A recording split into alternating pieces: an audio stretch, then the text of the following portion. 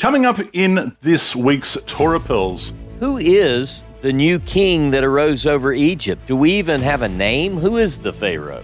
Who performs the magic tricks to the Hebrews? Is it Moses or is it Aaron? Is Moses the name of the deliverer Hebrew or is it Egyptian? Do we know? How many sons does Moses have and who was circumcised? Did Moses even speak Hebrew? Or does he speak Egyptian and need his brother or someone to interpret for him? What exactly appears in the burning bush? Is it an angel? Is it Jehovah? Is it Elohim? All right, Jono, let's jump in, man.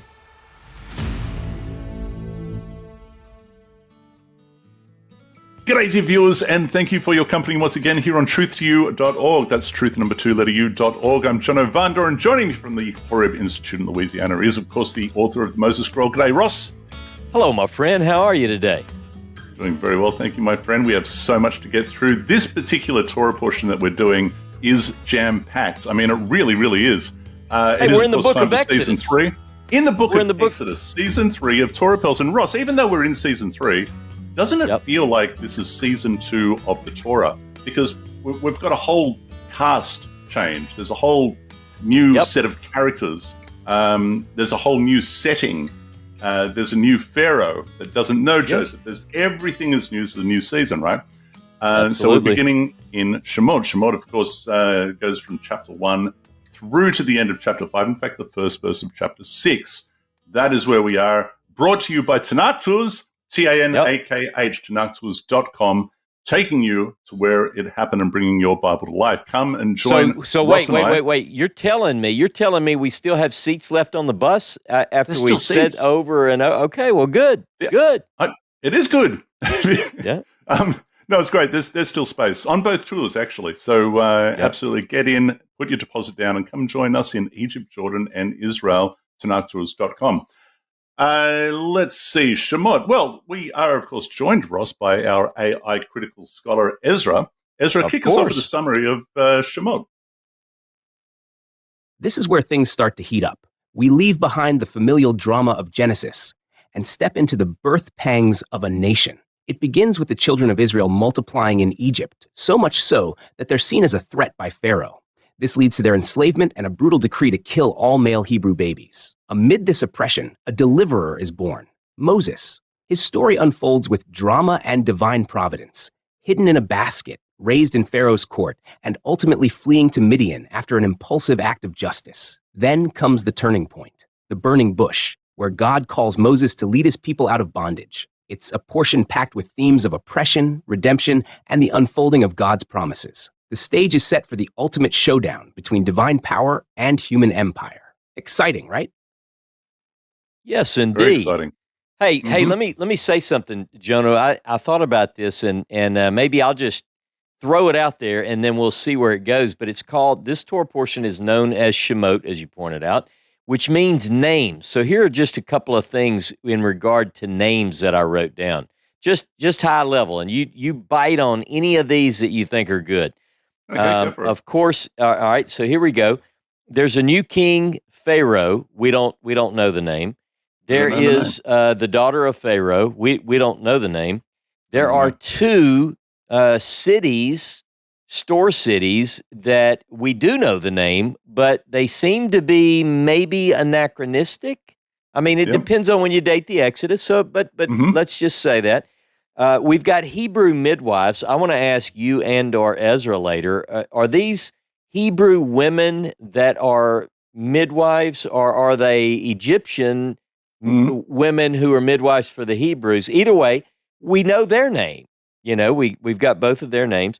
We have a man, a woman, a man and woman of Levi, and of course this deliverer. We don't know their name initially. The sister, we don't know it yet. The sister, we don't know the name. No. And then we've got a father-in-law, because our deliverer, which by that point we will know the name, he's got like 15 names. He's got all kind of names. He's got like 3, 4, maybe who knows how many names. Yeah, I know it. And then there's a mountain of God. We get one of the names of the mountain of God. There are other names of the God. We've got God gives us a name that we've never heard of before, and then we're going to talk about that. There's an unnamed festival. and we don't know the name. So most of these, a book called The Names, a series called The Names, and we've got very small percentage. I don't know. What do you think? That's a really good point. And actually, I've written down a lot of those points because I want to address those specifically. So I'm really glad that you gave an overview on that. But that's a really good point. It's called The Names, and we're missing a lot of them. And some of those names are very important if we wanted, Ross, to pinpoint exactly when and where and that sort of thing. Right. Now, one of the first things, now, of course, it's called These Are the Names because, it kicks off with these are the names of the sons of Israel who came to Egypt with Jacob, each coming with his household.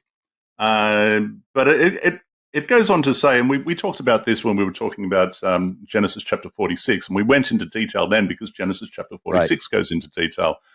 But what that passage and this passage wants to do is answer the question that is found in the Moses Scroll. Of course, this season 3 of Torah Pearls is through the lens of the Moses Scroll and critical scholarship. But in the Moses Scroll, it says, and all it says is, your fathers went down to Egypt with 70 souls, right? Yeah, 70, but it doesn't tell us which ones, right? Doesn't tell us who they are. But this is a passage that wants to answer that question, who were they? And what it says in this passage in verse 5 is that these 70 souls were lineal descendants of Jacob. What it says in Genesis 46 is that Jacob was included in that 70. So it has two different lists, but it wants to answer that question. We don't have to go into detail there. But that's the first thing that occurred to me. Verse 8, you already touched on. A new king, Ross, that knew not Joseph.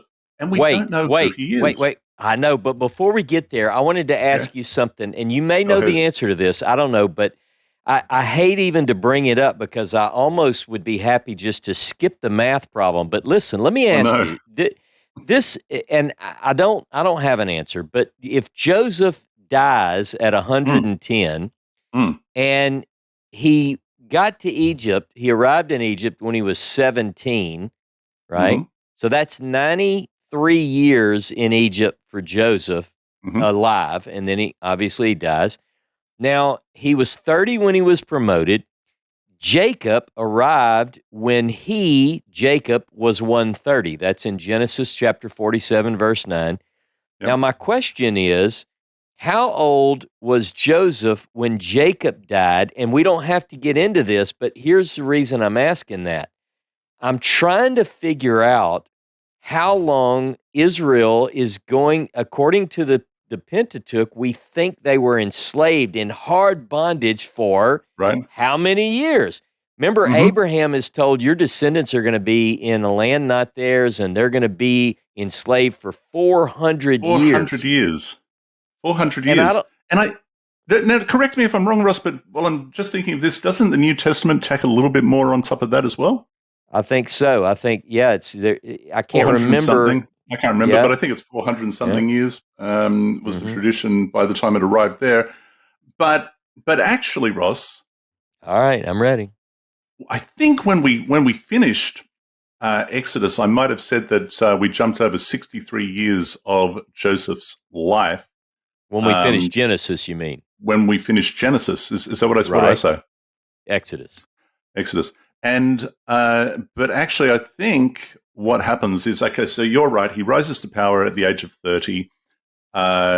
He and Jacob, there is 7 years of plenty, and then there's 2 years of famine. So now he's 39.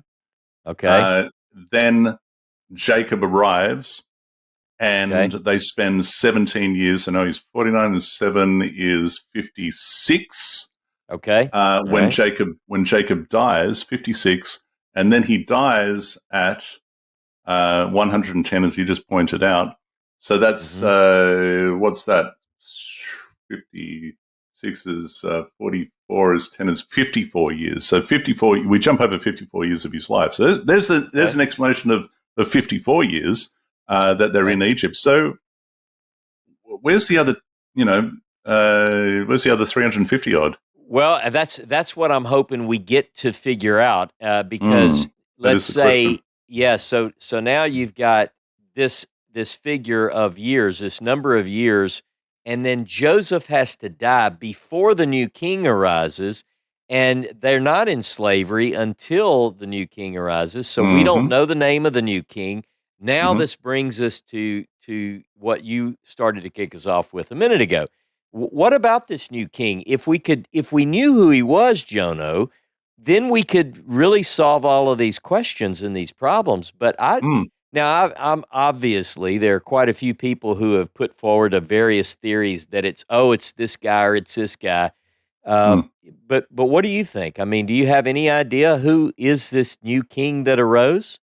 I do not know. The question is what. Now you already mentioned this, right? It mentions in verse 11 Pithom and Rameses. Are they anachronistic? And if so, which Ramses is it referring to? Is this Ramses the first, Ramses the second? A lot of people want to say that the Pharaoh of the Moses saga is Ramses the second, who then is the king that arises that knew not Joseph and felt threatened by the Israelites. What are your feelings? Well, the first thing I want to do, can we bring in Ezra and just ask a little bit about these two store cities, Pithom and Rameses? Let's do that. Just to see. Let's see if Ezra has any insight. Absolutely. The mention of Pithom and Rameses in Shemot is a fascinating point for scholarly discussion. Many scholars argue that these names are anachronistic, meaning they reflect the time of the text's composition, rather than the time of the events it describes. Rameses, for instance, is often linked to the reign of Pharaoh Rameses II in the 13th century BCE. This connection has led some to suggest that the text was written or redacted during or after his reign, reflecting the historical and cultural context of that period. However, this poses a problem for dating the events of the Exodus itself, as it may imply that the narrative is more of a retrospective theological or nationalistic construction. On the other hand, some argue that these names could have been updated over time by later editors to make the story more relatable to their contemporary audience, a practice not uncommon in ancient historiography. Either way, the inclusion of these names is not necessarily evidence against the historicity of the story, but rather points to the layered and dynamic nature of the text's composition. It's a great reminder of how the Torah is both a sacred text and a product of its historical context. All right. I think Ezra is being a little bit generous there. That's all right. Well, but now we can comment. We can comment on that. So, what do you think? I mean, because I do want to get some clarity here, and I want to ask you, Ross. So, we begin with a Pharaoh that does not know Joseph. He feels threatened by the numbers, the population of the Hebrews. He wants to bring them, into subjugation and keep them under his thumb, so to speak. But then it seems that Pharaoh, later on, we're told that God says to Moses, those who seek your life, who sought your life, are now dead and you can go back. So that would surely include that particular Pharaoh. And now we have a new Pharaoh that he's dealing with, or that he and Aaron are dealing with, and we're going to be getting to that. But even then, so we seem to go through a couple of pharaohs here in the opening chapters. You do agree, okay? Yeah. And we don't know either of their names, Ross. And well, let me just say, if I understand, sorry to interrupt, but if I understand Ezra correctly, Ramses, the city of Ramses, is attributed to Ramses II. Is that correct? Is that what we're to understand? I think that's what Ezra said. Go ahead, Ross. Yeah. No, I was just going to add that you're right. The reason that I agree with you about we go through a couple of different pharaohs. Now, this is excluding the possibility of different sources here, but just from a casual reading of the text, new king arises over Egypt at the beginning of the Torah reading, and then if you look at chapter 2, verse 15, Pharaoh heard this thing; he sought to slay Moses. This is the guy that seeks Moses' life, the Pharaoh. And then later, as you point out, it says those who sought your life. Well, that was the Pharaoh. So, that's right. So the new king arises. He wants to kill Moses, and then he dies. All right. So so it's a couple of pharaohs. There we go. Yep. So now you mentioned, by the way, verse 15, let me just read this. The king of Egypt spoke to the Hebrew midwives one of whom was named Shiphrah, and the other one Puah, saying, when you deliver the Hebrew women, look at the birth stool. If it is a boy, kill him. If it is a girl, let her live. The midwives, fearing God, did not do as the king of Egypt had told them. They let the boys live. So the king summoned them, the midwives, and said, why have you done this thing, letting the boys live? The Hebrew midwives said to Pharaoh, because the Hebrew women are not like the Egyptian women, they are vigorous. Before the midwife can come to them, they've already given birth and off they've gone. So a couple of questions. One is, are these names, Ross, I don't know the answer to this question, maybe you do, are these names Egyptian names or are they Hebrew names? I think that's the trick. I'm not sure. I mean, that's part of the question. And let me just comment a little bit further on that. We're going to see another real important name in this Torah portion that we assume the writer wants us to think is a Hebrew name, but in reality, it clearly is an Egyptian name. So, it's often the case that these names can be made. I can do these quotes, can be made to appear to be Hebrew, but the question becomes, are they really Egyptian? And that was my question at the outset. I was thinking, because I'm not sure, are these Egyptian women who are servicing or helping the Hebrew women give birth, or and therefore are they their midwives, Hebrew midwives? or are they? Yeah, exactly. Yeah, because the the text is not specific, it could be read either way. That's right. So that is an interesting thing. And I don't know if you mentioned this at the beginning when you were talking about Shemot, when you were talking about the names that we have and that we don't have. We don't actually have Moses' name. We have the name of Moses that is given. We'll get to that in a minute. Yeah, let's get to that. Yep. Yeah. Now, just one thing. Something else I want to clarify with you, and I'd never seen this before, Ross. This only occurred to me this time around when I was reading it. But verse 22 of this part, Pharaoh charged all his people, Ross, all his people, saying, every boy that is born you shall throw into the Nile, but let every girl live. Is this male infanticide wholesale across the board? Or, because that's what, I mean, he charged all of his people? How do you understand that verse? I've only thought of it within the context of infanticide against the Hebrew children. But I see what you're saying. I mean, I've never thought of it in any other way. I'd never thought of it in that way either. But when I saw that it said he charged all of his people, it seems like it could be saying that this is just something that he decided to do, and he also instructed the Hebrew midwives to make sure that they knock off the Hebrew males, which they didn't do, which gave them the advantage of having more males. Go ahead. Right. Yeah, I was just going to add that the way I've always read it, which doesn't mean that I've not misread it, is that at first he charges these women, the midwives, to take care of the boy babies, and when they didn't do it, he expanded the charge to all of his people. And so, I don't know. But either way, here's the question. One of the things that I think about is that when the Israelites complain and they cry out later in the text, they're not going to be crying out that the Egyptians have killed the boys. That's not what they say. In fact, it's never repeated again. What is said is that they've put them in hard bondage. That comes up over and again.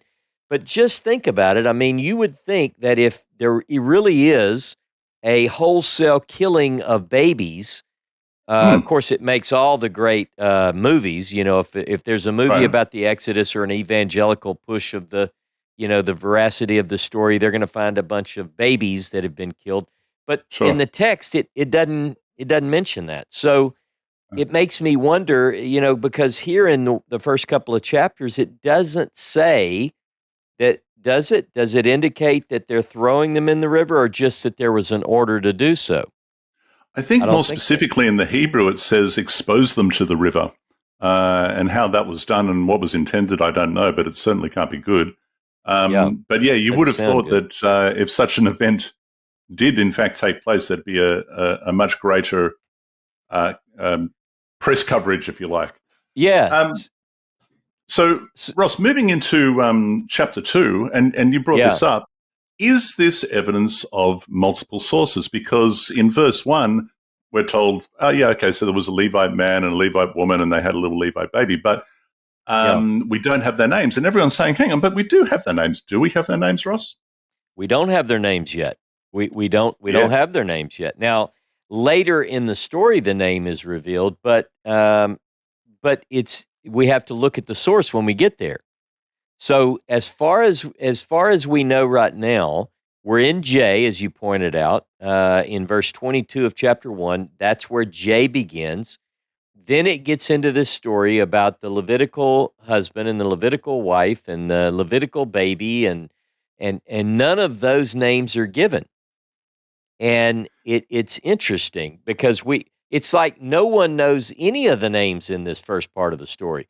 The daughter of Pharaoh, all the way through, the sister of this child that's nameless to the nameless man and nameless woman. Yeah. So it's actually it's next week's Torah portion, so we won't spend too much on this, and we might go into some more detail then. But it's chapter 6, verse 20. Amram took his wife, took to wife his father's sister Jochebed, and she bore him Aaron and Moses. And so here we have this one. But now wait, and we'll get into this later, but I have to jump in. Go ahead. You must have missed something. I'm sure it says that there's another child in there, a sister maybe named Miriam. Does it give you that? It doesn't. Doesn't have it yet. Okay, so how is it? Well, we'll get there later. We're going to get into some genealogical problems in these stories when we bounce between Shemot, between Exodus and Chronicles.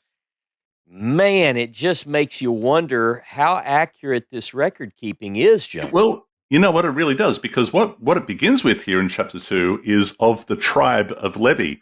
And it's an interesting thing. It reminds me of the valediction of Moses, in which Dershowitz asserts that in the Moses scroll, or V as he calls it, Levi is not referred to as a tribe.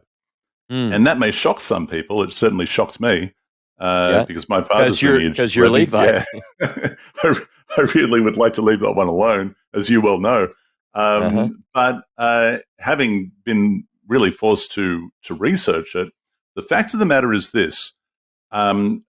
If we give the Moses scroll the benefit of the doubt, then the original list includes Ephraim and Manasseh and Ephraim in that order, rather than Levi and Joseph, right?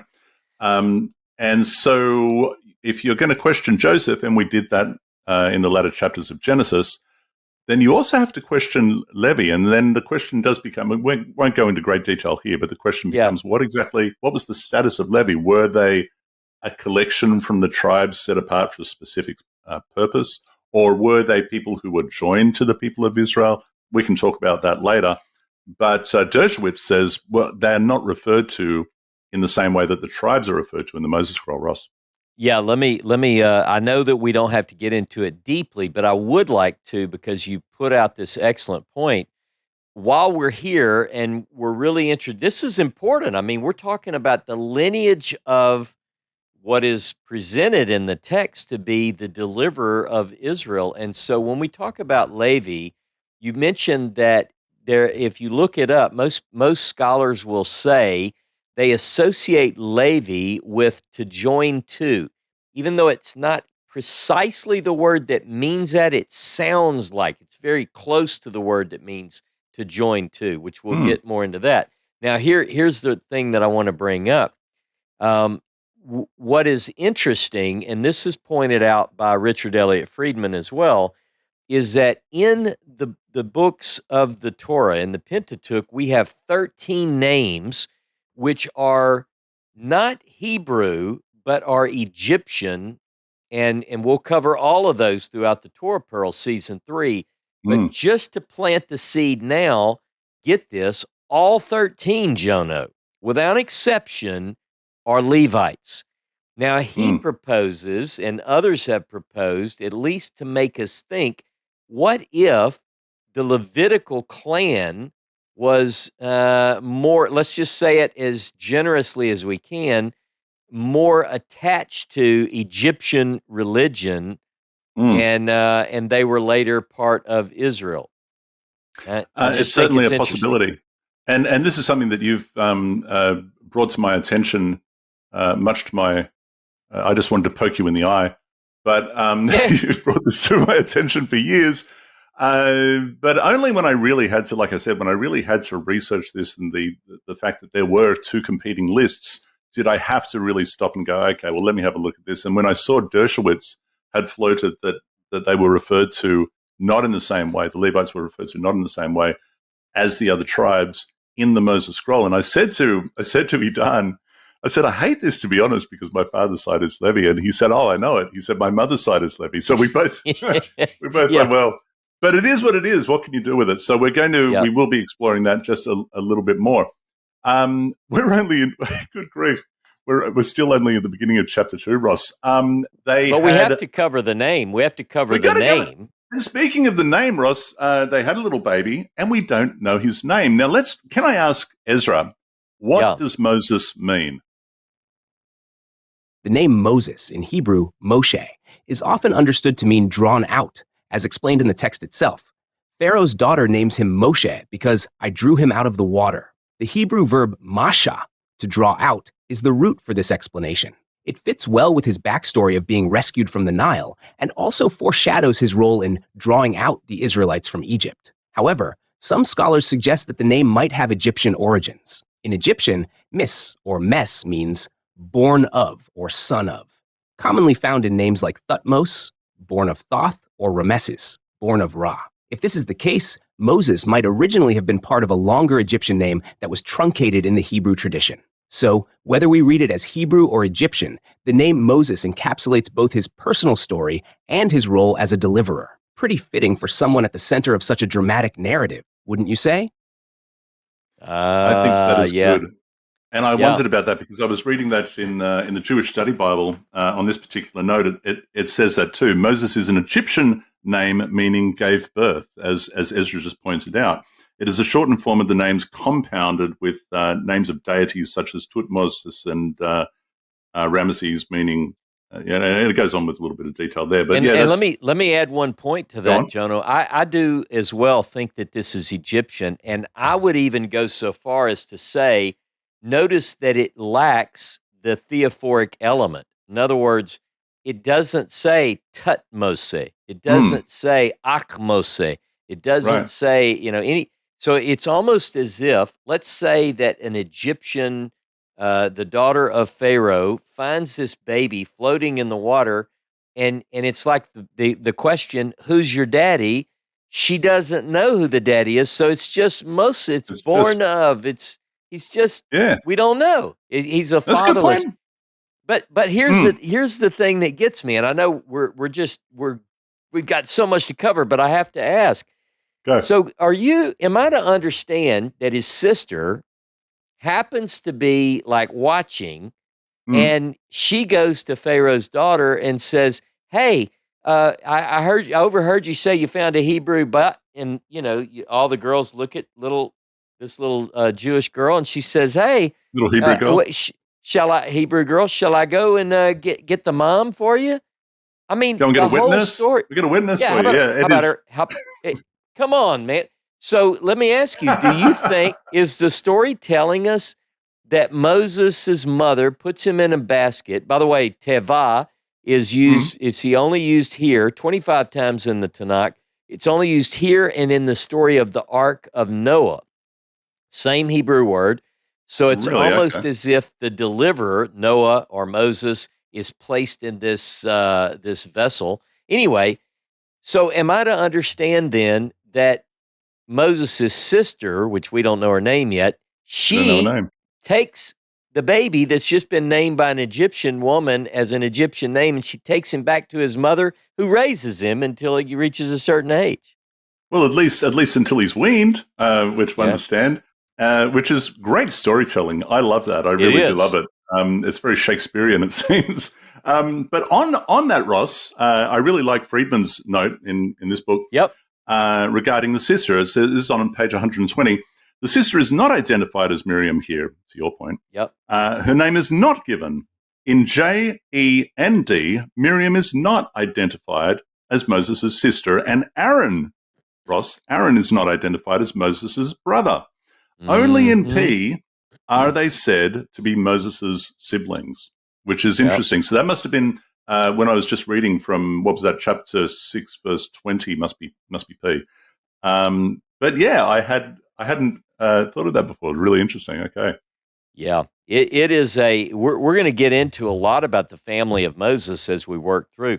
These are the most compelling questions. They draw you into the story. Speaking of Drew, Richard Elliott Friedman again, he often says it's a word play in Hebrew. If you try to make the name Moshe a Hebrew word and they come up with a verb that means to draw forth, he said in English you would almost not call the baby Moses. We should have learned of this figure as Drew. And I called his name Drew, for I drew him from the water. That's what the Hebrew does, you see. So, but we've got an anglicized name of a deliverer. In English, it would be different altogether. Anyway. So Moses commits murder, and then he finds out that people found out, so he rushes off to the desert, right? He's in Midian, and in verse 16, now the priest of Midian had 7 daughters. We only have one of their names, and that comes a little later. They came to draw water, and they filled the troughs with. And again, here we are at the well, because this is where you meet the girls, right? Shepherds came, drove them off. Moses rose to their defense, and he watered the flock. And verse 18, Ross, when they returned to their father, Reuel. Reuel. All right, tell me about the multiple names of this guy. All right, so here we go. If you look at 2:18, you go, "What's your name, sir?" He says, "My name is Reuel." Okay, and then if you go to chapter 3, verse 1, the guy's name is Jethro. Got the same guy we're talking about. And then in chapter 4 and verse 18, his name is Jether. And then we've got another name, which I'm not going to give yet. Some of our viewers are very biblically literate, and they may just jump right on it. But he's got at least 4 names. He's got at least 4. And some of that is because we're looking at different sources. But that, I mean, you get confused. Now, here's what the apologists do.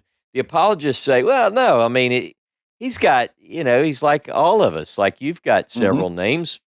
I've got several names, and you just kind of, sometimes you go by one, sometimes you go by another. Yeah, that's right. John. Yeah. Rossathan. Yeah. Ross. See there? You see? Yeah. That's the way it works. Anyway, the story is really got a lot of differences, a lot of variance in the details. And it's because the family of Moses, by the later biblical writers, there is an attempt to write Moses' family out of the story. I mean, it is really obvious. We're going to see later in our discussions where the sons of Moses, we meet, by the way, one of those sons in a few minutes. But there's an attempt to just blot the family out. So interesting. So listen, 2:23, enter God. This is now center stage.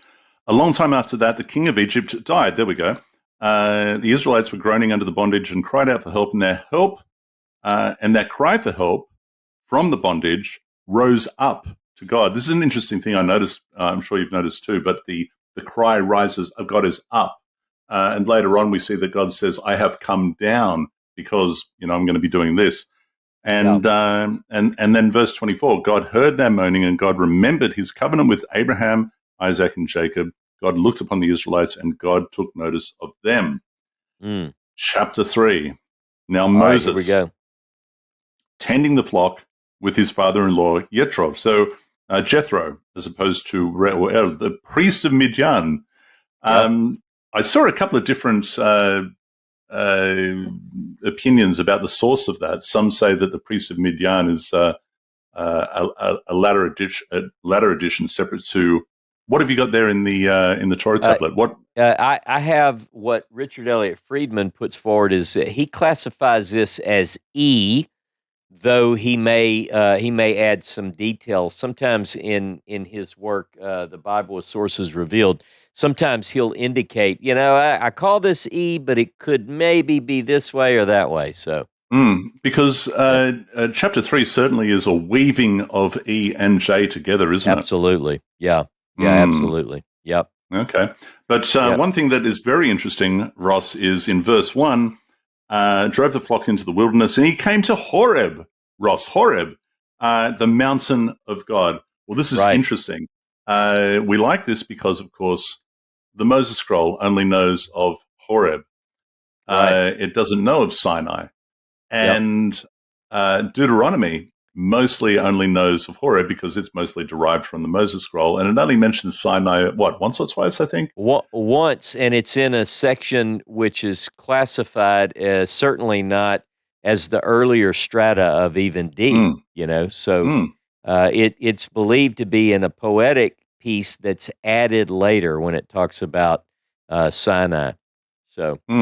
Yeah, Deuteronomy certainly favors, and as you said, the Moses scroll only uses Horeb, so which is why I love the name Horeb and call the Horeb Institute the Horeb Institute, because there you go. Hey, it's all about getting back to Horeb. And then we have an angel of Jehovah.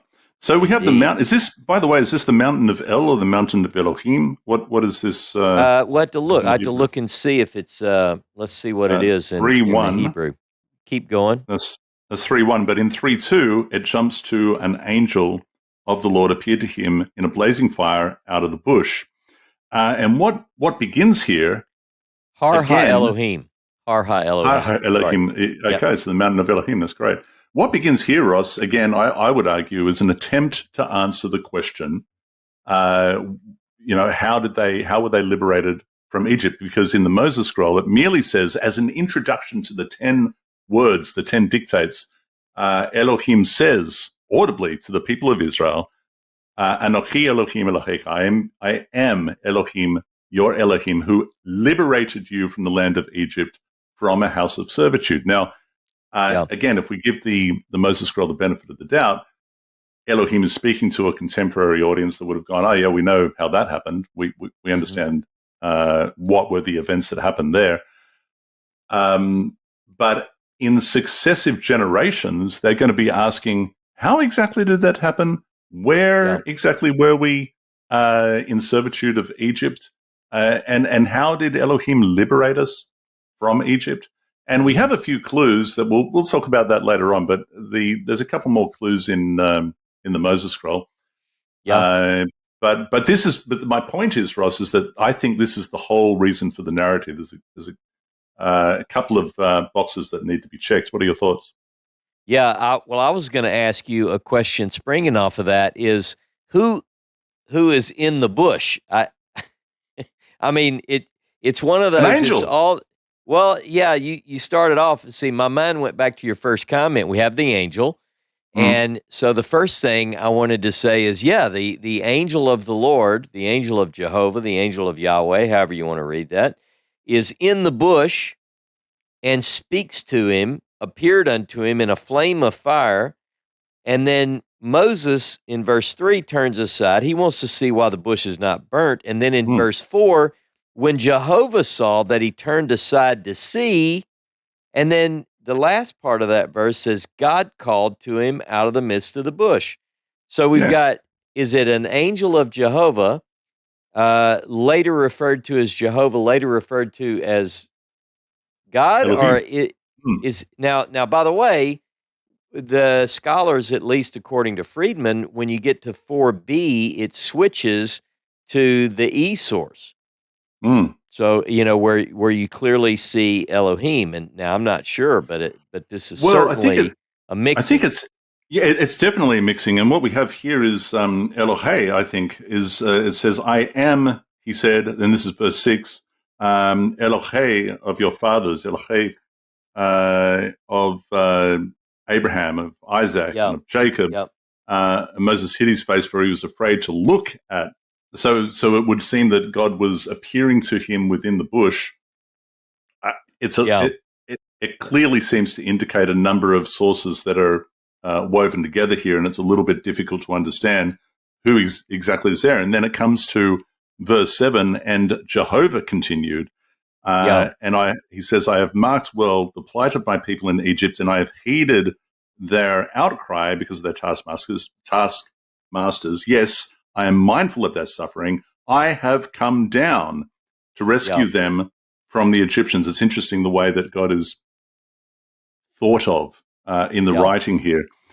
And then, Ross, while we're here in verse 8, a land flowing with milk and honey. This is the first time that phrase is used, and I think that phrase is used 20 times in the Tanakh. Okay. And it is telling.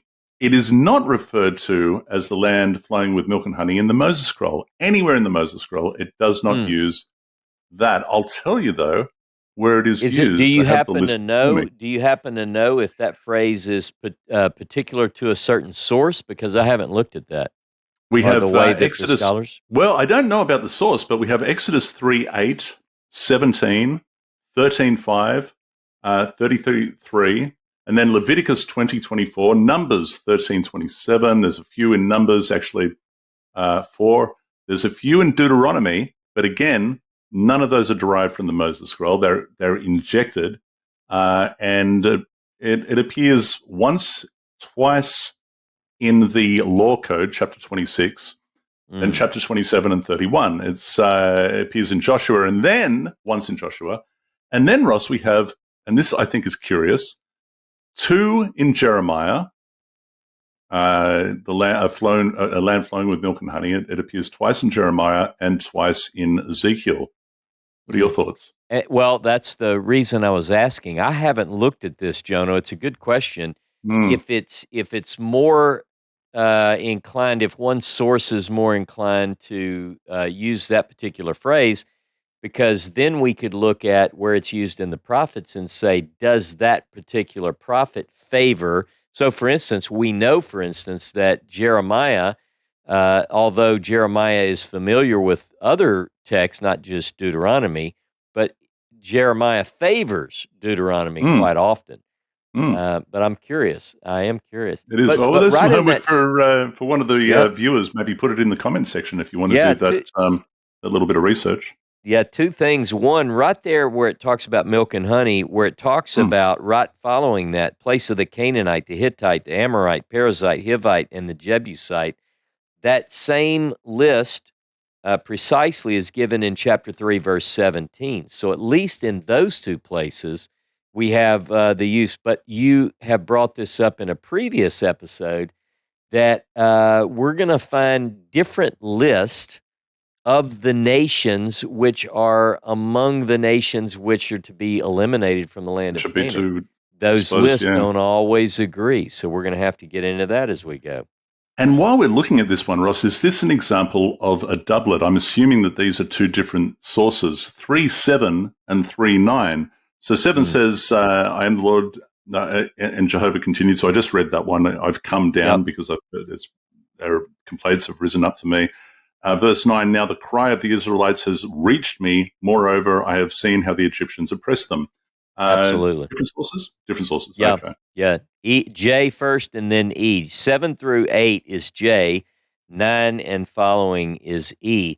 And if you put those side by side, like if someone says, well, I don't think there are different sources there, then you just have a very odd repetition of quite a bit of the story. And this is considered one of those that's thought to be a doublet. Here is a very significant passage, Ross, and I want you to take the wheel on this one. But chapter 3, verses 13 to 15. There is a name change. I think, if I remember correctly, and I want you just to clarify this for me. I think Friedman says this is where E seeks to tie J together and create some sort of uniformity of the name. Is that what's going on here? What's happening here? I believe so. He's got quite a bit of a note there in chapter 3. Let me open this up. I looked at this earlier in the week. He says, Yeah, it's a really lengthy thing, but the divine name is revealed in 3:15, which is the mark and turning point of E. Mm. So it's almost as if, now we're going to get into more of this when we get into next week's discussion, because we almost want to talk about 3 and 6 together, because that is very, very interesting in this regard. Right. So if you're okay with that. Now, but while we're here, what is the name that the deity gives to Moses here? And are we to understand that the people know that name? I mean, this is a big question, and we're going to see something very similar in 6.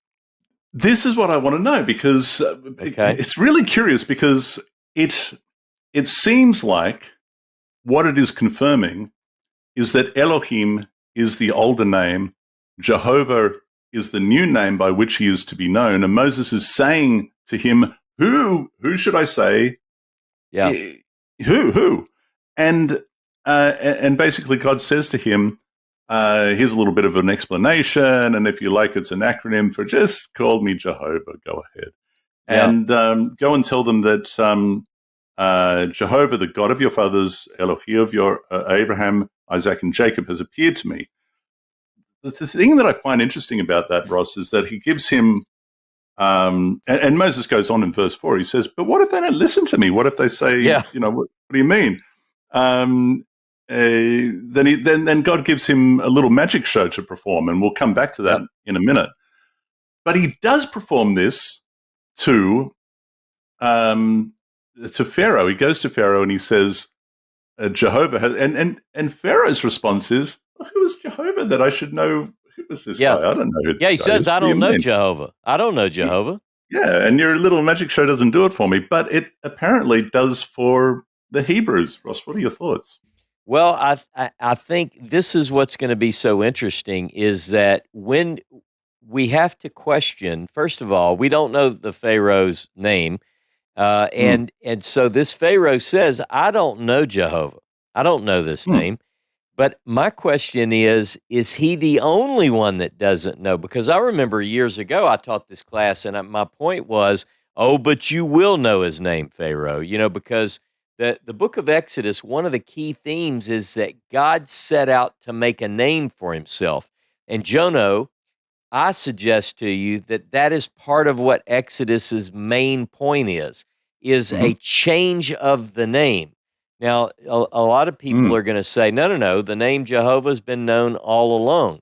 But we're going to really challenge that in the next class. But for right now, suffice it to say that it's a little bit confusing. If you look at in verse 14, God said unto Moses. All right. Now remember, you mentioned this a while ago. We're at the mountain, Har Ha-Elohim, the mountain of the God, and the God is known as Elohim in that particular source. Now here we have, as per Moses scroll, right? We have to establish it like, this document, this story, this is our tradition, there is Horeb, but let me tell you, there's just a couple of changes that have to be made over the successive generations or perhaps even centuries by the time that this is being written.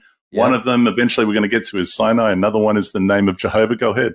Yeah. And Jono, it's like this. You go, well, how are you going to change the name of a God, Jono?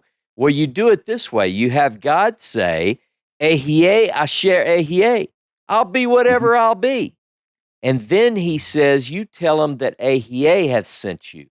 And then, that's translated variously. I am that I am. Most scholars would say it means something more akin to, I will be, Ehyeh, asher ehyeh, whatever I will be. Again, tied to the form Hayah. But we're going to challenge all of this next week, because now he's got a name. Go gather the Israelites, and you tell them, verse 16, Yod-Heh Vav-Heh, the God of your fathers, the God of Abraham and of Isaac and Jacob hath appeared unto me. Yeah. Yeah. Yeah, because I want to ask But it's the question, established right especially. there. Yeah, this is it. So from here, and by the way, he says, "This is my name forever." So later in the biblical writers, you mentioned when we were still in Genesis that not too long ago, Edon did a conversation where he suggested that, at one point he would have believed that Elohim was not the first form of the name, but has come to that, right? That's right. So, Reluctantly. and I think, yep. And a lot of these conclusions are reluctant conclusions. I mean, we're constantly challenging ourselves with new information, and even though one's from a fundamentalist perspective, we had very concrete conclusions that were most firmly anchored. Reluctantly, we've had to go, well, I guess really the evidence is pointing in this direction. We have to change our mind. But that's the nature of truth to you, right? So that's right. Speaking of which, now, chapter 4, can I jump into chapter 4? One thing I want to note as we go there, Go on. the request, Jono, is that the children of Israel be allowed to make a 3 days journey. We see this in verse 18 of chapter 3. We're going to see it in chapter 5 and verse 3. We're going to see it in other places later in the book of Exodus.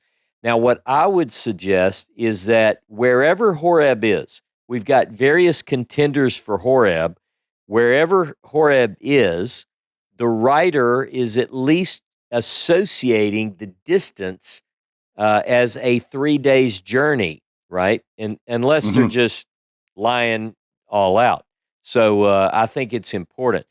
Now, we can do this later, maybe in a later episode, as we can start talking about the different potential or possible locations of Sinai. Maybe we'll do that later, but anyway, that's just one little thing that I want people to note. Just make a note in your Torah tablet.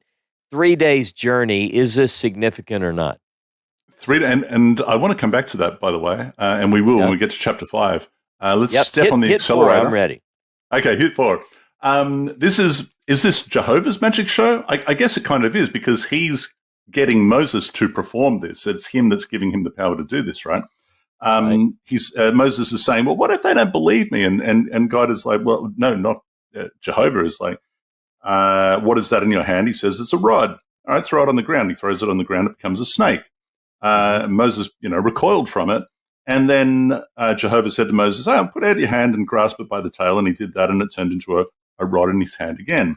So he's got his magic wand, if you like. He's got his magic stick. The rod, it's called the rod of God. The rod of God. I like the English there. Yeah. And then that they may believe that Jehovah, the God of their fathers, did appear to you. That is the purpose of that. And it really is a magic trick. I mean, let's call it what it is. That is what it is. Yeah. And then, as if he needs more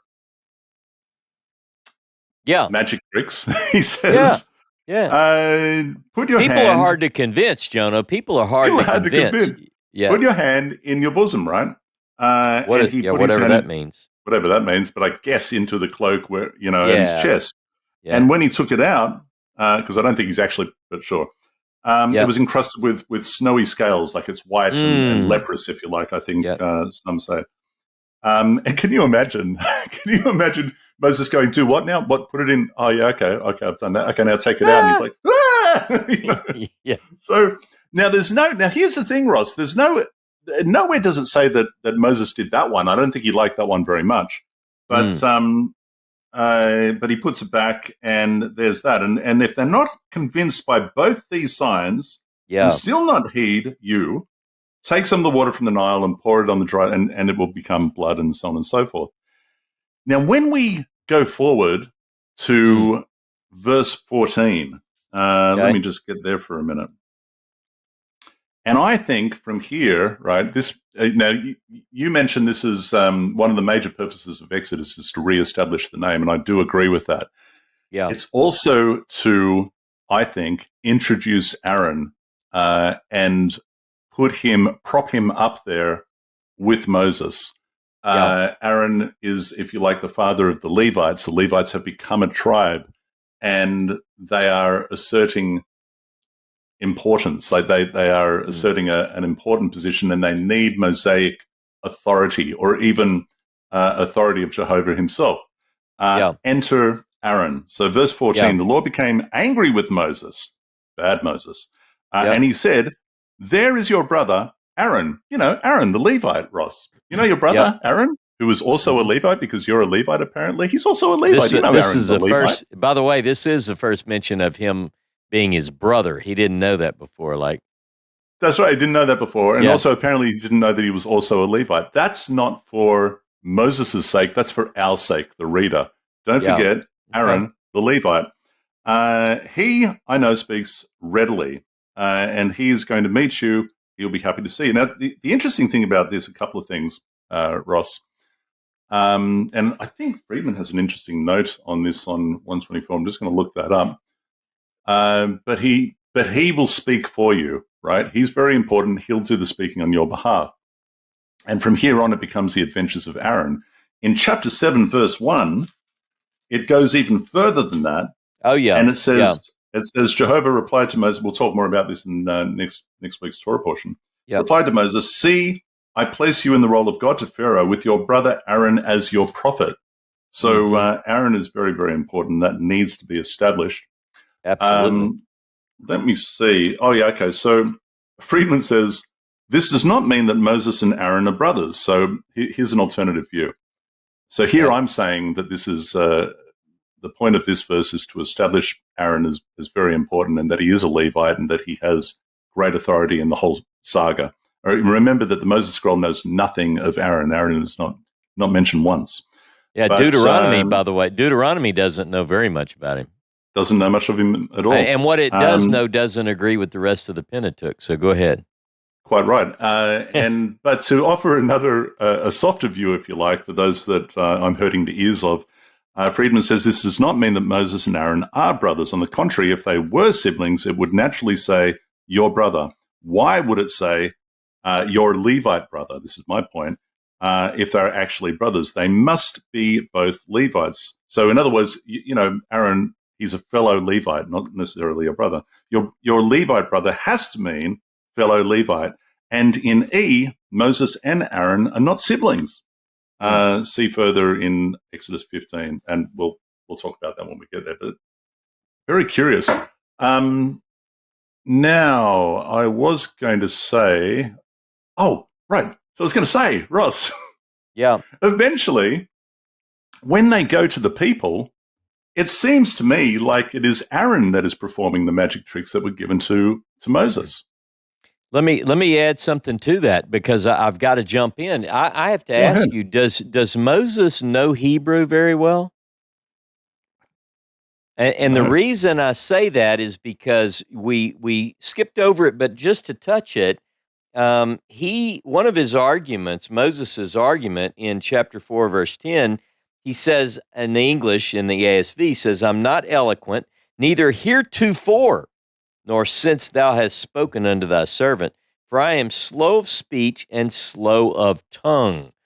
Now, a lot of people would just think that means he has a speech impediment, but I would say that phrase is only used in one other place, Jono, and it's in Ezekiel chapter 3 and verse 5, and it means that when God is telling, I'm just going to give you the paraphrase, he's telling Ezekiel, you're not going to somebody who doesn't speak your language. And in that context, slow of tongue is indicative of someone who does not speak Hebrew. So the question becomes, is Moses does he need someone to interpret for him because he doesn't know Hebrew? Assuming that the people are more fluent in Hebrew. Now, that's going to open up a whole nother question, because these people have been in Egypt for hundreds of years. So how good is their Egyptian? It's probably pretty good. So, but it's just a question. It's just a question. What does it mean, slow of tongue? All right. In fact, did the Hebrew language even survive whilst there? I mean, in Phoenician, further north, so on and so forth, opens a whole lot of questions. But again, I really do think that this is the purpose of all of that, is to give an excuse as to why we need to establish Aaron into the play, if you like, into the set as a character, and a very important one is that. And speaking of which, just going back to the point that I was making, chapter 4, verse 30, Aaron repeated all the words that Jehovah had spoken to Moses, and he performed the signs in the sight of all the people. And it made me wonder, who is the he? Because really this could be Aaron. If we look, for example, at 7 verse 8, and again, we're going to talk about this next week, but just quickly, what have I got here? 7 verse 8 to 13. Then it says, So the Lord said to Moses and Aaron, when Pharaoh speaks to you and says, produce your marvel, you shall say to Aaron, take your rod, Aaron, your rod, cast it down before Pharaoh, and it shall turn into a serpent. So Moses and Aaron came before Pharaoh and did just as the Lord had commanded. Aaron cast down his rod in the presence of Pharaoh and his courtiers, and it turned into a serpent. So we have to get into a lot next week, like whose rod and which rod and so forth. But look, we're running towards the end of the show. But let me ask you a couple more questions. Just why is it, if in chapter 4, towards the end of chapter 4, what is going on at this lodging place? Who meets who on the way, and why, first of all, why didn't Moses circumcise his boy, and then his wife had to do it evidently, and then I think Jehovah is trying to kill somebody because they didn't circumcise the child. It's a really strange story. Really, really odd. And here, this is verse 24 to 26 in the Jewish Study Bible. It says, this episode, possibly abridged from a fuller, clearer version, one would hope there is a clearer version, is extraordinarily puzzling because the motive for God's attack, and it is God attacking, he's there to kill Moses apparently, it's unclear. The pronouns are equivocal, and Zipporah's remarks are enigmatic. Here, circumcision seems to have oh my goodness! It's a complex question. It's a complex question. It has magical power. It says by touching her son's foreskin to Moses' legs, possibly a euphemism, like where it says, put your hand under my thigh, or that these are the children that issued from Jacob's thigh, perhaps. And Zipporah saved him. The saving power of the bloody foreskin may foreshadow the protective role of the blood on the Israelites' doorposts on the eve of the Exodus. All of that stuff is guessy. We don't know. Guessy. It's just it's so crazy. Here's another question. Question, by the way, Ross. One son is circumcised and one foreskin, I do believe. And we're to understand that he had a son and called him, what was it? Gershom. Yeah. Right. But aren't we to later understand that there is another son? How many sons are we dealing with here, and how many were circumcised? Well, that's the question, and we're gonna get more into as the story unfolds. We're gonna have to be asking questions about these two boys, and at what point did Moses send them away? I mean, look, this story just pulls us in. One of the things that I would also say is we have to really look at as we continue forward is what is this feast that's mentioned? I brought it up earlier, but there are references over and over where the people where Moses is requesting that they be allowed to leave to hold a feast, but the feast is unnamed. Again, with the unnamed something. In this case, it's a feast. What is that feast? And it's going to become clear, but it's almost like the story pulls you in and gives you a little bit here and there, but leaves so many unanswered questions that you just keep turning the pages. Not only that, Ross, I'll tell you something that I found kind of odd this time round. They really need to go and observe this feast, they say to Pharaoh, because in verse 5, in chapter 5, verse 3, they need to go and make this sacrifice, lest he strike us with pestilence or the sword. Yeah. Yep. Interesting. Yeah, this is some good stuff. I tell you, Jono, we have set ourselves up for quite the episode next week because everything that we've touched on, there's quite a bit that ties into the next story, and I can't wait to get into it again. We're going to be pulling from this episode into next week. We really are, because the question has to be asked, and this is chapter 4, verse 23, Ross. Maybe we can sort of tie up with this one. It says, I have said to you, let my son go that he may worship me. Yet you refuse to let him go, and now I will slay your firstborn son. But the question has to be asked, why do they need Pharaoh's permission? Why, Ross? Why do they need Pharaoh's permission, his blessing, if you like, to just go? Why do they need that? Surely the answer must be so that he will not pursue them to put them to an end or to bring them back. I can't think of another reason as to why they need his permission. And if that is the case, then why didn't they just go? Why do they need his permission at all? Because in the end, Israel is separated from Egypt via the Red Sea. This is something that does happen because Pharaoh does pursue them. So you have to ask the question, well, what is the purpose of this narrative at all, when it seems unnecessary, particularly in the end and the way that it worked out? And the answer is going to be in the next show. Well, now you've got me curious. I'm going to have to maybe call you separately and say, what's the answer? That's a good question. Well, I'm telling you, it has to do with these are my signs and my wonders. And again, it's answering a question that's within the Moses scroll, but we'll get to it in detail in the next program. Well, on that verse, leading into that, you shall say unto Pharaoh, thus saith Jehovah, Israel is my son, my firstborn. Does Moses ever say those words? I mean, that's a question too. Makes you wonder, because he's told to say it, but does he? Man, what a show! That's some packed stuff, man. Should we ask Ezra to take us out? Ezra, take us on out. Well, that's all for today's Torah Pearls, folks. We've just scratched the surface of Shemot, but the journey from slavery to salvation has only begun. Thanks for spending time with us as we explore the rich layers of this text and uncover its timeless wisdom.